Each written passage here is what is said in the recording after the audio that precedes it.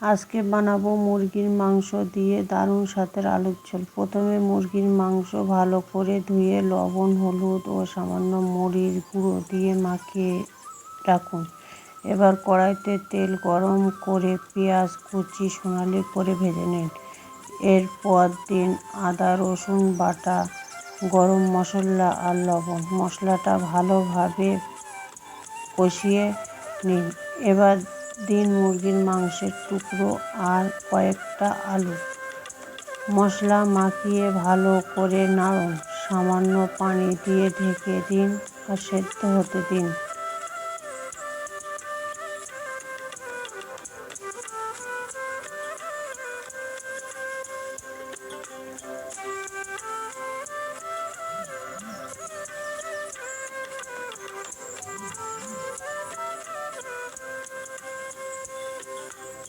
ব্যাস তৈরি হয়ে গেল মুরগির মাংসের আলুর ঝোল। ভাতের সঙ্গে খেলে মজা দিবে।